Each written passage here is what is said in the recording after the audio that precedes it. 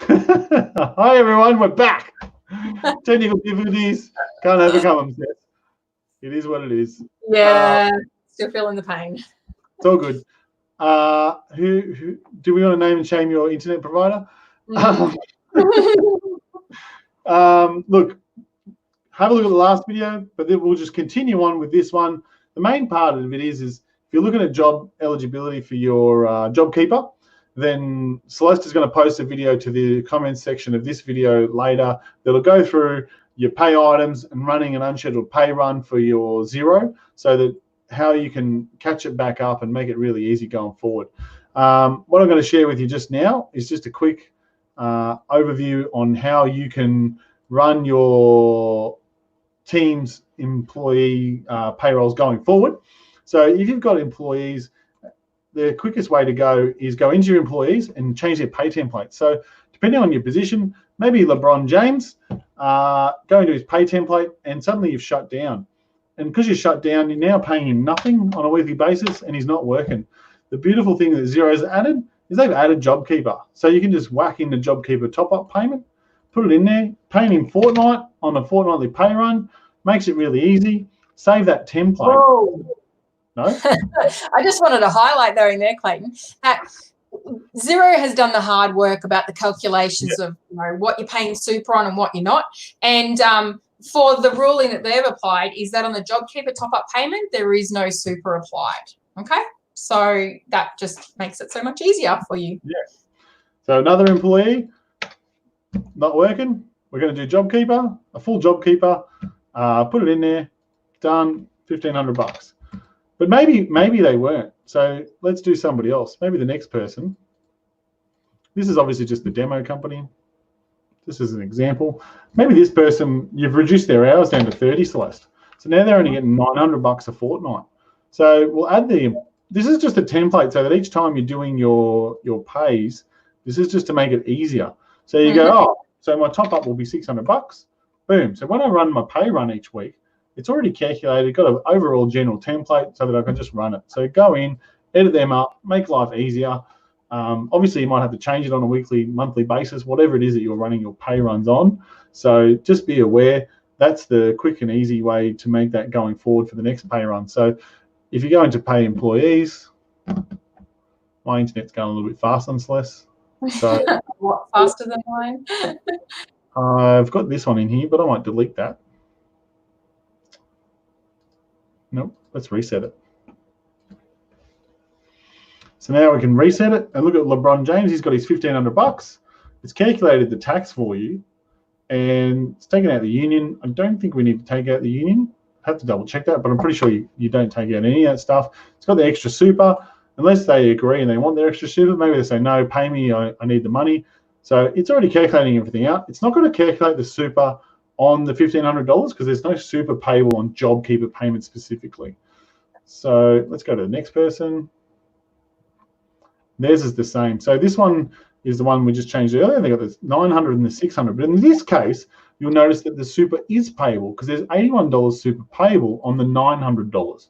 Yeah. So it's important to understand the differences there. So that's just a brief, quick overview of running your payroll.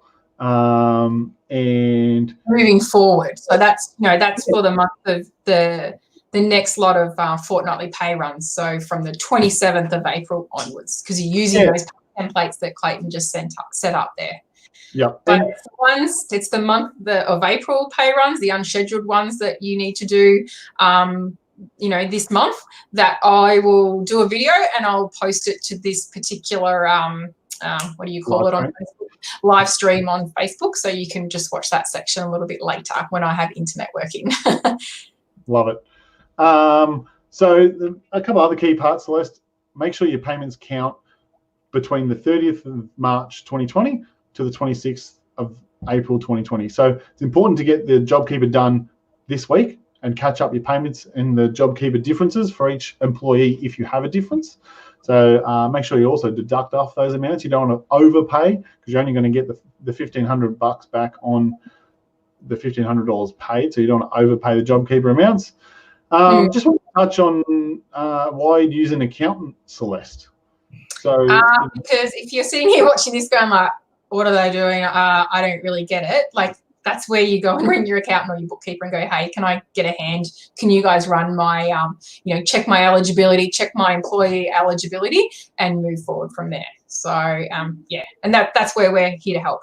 Mind you, we also want to empower those business owners that want to do it themselves. That's why we're doing these lives and trying to get that information out there. Because as a business owner, pardon? It's really easy to do it yourself. Oh, it is, but what's the risk there? It's $19,500 if you qualify this month for the JobKeeper payment that yourself or your employees, whoever you're enrolling there, can receive. So if you want to take a risk on that amount of money per employee, that's something that you need to accept as a business owner. And if you get it wrong, you have to pay it back. Yeah, and they usually have penalties attached. I think the main thing here is that these can be quite considerable. If you've got 10 employees, suddenly that's $200,000. Yep, you're going to get that money. It's going to keep your business afloat. But if you get the calculations wrong, or you've done something wrong in your submissions to the ATO, or you haven't continued that eligibility, then you're going to have to pay that $200,000 back. So it's important to understand the risks with that and whether you want to run those risks. If you use an accountant, obviously we're going to check through everything and make sure we're running all your options at each point, and make sure your eligibility you're ticking that eligibility requirement. So monthly JobKeeper declaration report will be due with the ATO on the 7th of each month. So this isn't just something you're going to do today. This is going to be something you're going to be doing ongoing and making sure you're maintaining that eligibility and that you're going to keep getting the payments. So, right now, over brief summary, you're going to get paid by the ATO within 14 days at the end of the month. First payment will be somewhere around the first week of March. There's basically the eligible pay periods run in 14-day cycles, so you're going to keep paying them every 14 days to make sure that STP goes through and the ATO is seeing that eligibility.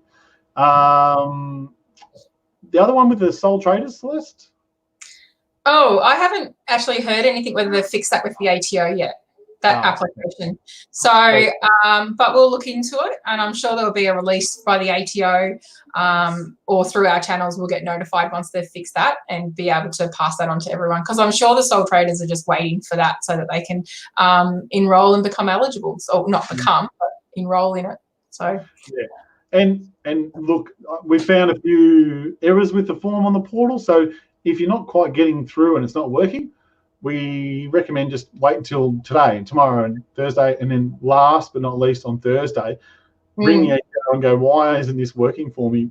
Because each day they're fixing the problems and making sure they're working within the rules. So every day, I'm sure it'll get better, and hopefully everyone's winning out there at the moment. Absolutely, just like I am doing lives with children. Awesome. It's awesome. Everybody, hopefully stay safe and keep positive. Webinar, we'll do a workshop next week, Celeste. It was going to be this week. But, there's so much going on, isn't there? Yeah. JobKeeper is pretty important, and lots of phone calls going on with that. Lots of help. So hopefully we'll see you all on the flip side, and And I'll do my video later. Thanks, guys. Bye. See ya.